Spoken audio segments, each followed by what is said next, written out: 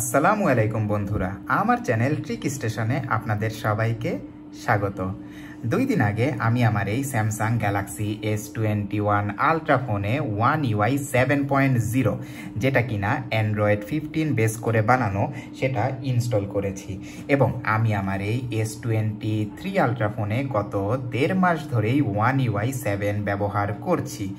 আমি আমার এই S21 আলট্রা ফোনে One UI 7 ইনস্টল করার পরে যেই এক্সপিরিয়েন্স সেটা মূলত এই ভিডিওতে আপনাদের সাথে শেয়ার করব। আপনারা দেখতে পাচ্ছেন যে আমার One UI ভার্সন হচ্ছে 7.0, অ্যান্ড্রয়েড ভার্সন হচ্ছে 15, Google Play system update date দেখতে পাচ্ছেন, আর অ্যান্ড্রয়েড সিকিউরিটি প্যাচ লেভেল সেটাও দেখতে পাচ্ছেন। এখন মজার একটা জিনিস আপনাদেরকে দেখাই। আমি গতকাল যখন One UI 7.0 ইনস্টলেশন শেষ করলাম, সাথে সাথেই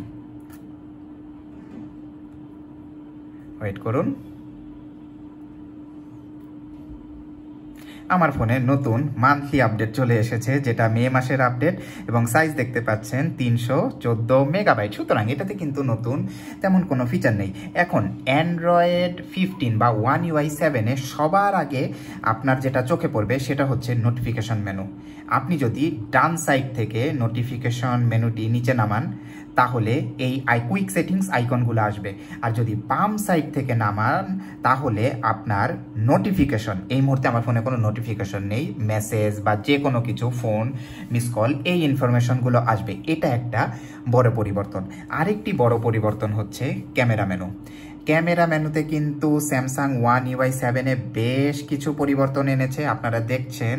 এখন আমার কাছে ব্যক্তিগতভাবে এটা ভালো লাগেনি।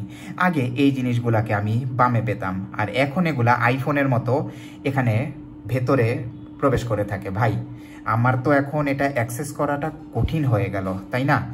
সো আমি জানি না এটা আসলে কিভাবে আপডেট হয়, সব কিছুই কেন আইফোনের মতো করতে হবে, এটা আসলে আমার ঠিক মাথায় কাজ করে না। তবে একটা জিনিস যেটা ভালো লেগেছে সেটা হচ্ছে এখন বিভিন্ন সেটিংসগুলা আগের চেয়েও ভালো হয়েছে, বিশেষত ব্যাটারি রিলেটেড সেটিংসগুলা আরও ক্লিয়ার কাট। পাওয়ার সেভিংস, ব্যাকগ্রাউন্ড ইউজেস লিমিট করা, ব্যাটারি প্রোটেকশন, 3 ধরনের ব্যাটারি প্রোটেকশন আছে, আজকে আমি কতটুকু ব্যাটারি খরচ করেছি, চার্জিং সেটিংস, ওয়্যারলেস পাওয়ার শেয়ারিং দেখতে পাচ্ছেন। সব কিছুই, আমি এগুলো আসলে ডিটেলস যাচ্ছি না, কারণ আমার এটা কোনো আমি One UI 7-এর রিভিউ ভিডিও দিচ্ছি না, আমি জাস্ট এটা আমার একদিনের একটা এক্সপিরিয়েন্স শেয়ার করছি। আর সবচেয়ে বড় কথা হচ্ছে এই যে আমি আমার গ্যালাক্সি S23 আলট্রা ফোনটা 1.5 মাস ধরে ব্যবহার করছি, আমার কিন্তু কোনো ধরনের কোনো কমপ্লেইন নেই, বরং ব্যাটারি লাইফ আরেকটু ভালো হয়েছে। আর এটাতেও আমি ব্যাটারি লাইফে অ্যাটলিস্ট কোনো ডিগ্রেডেশন দেখিনি।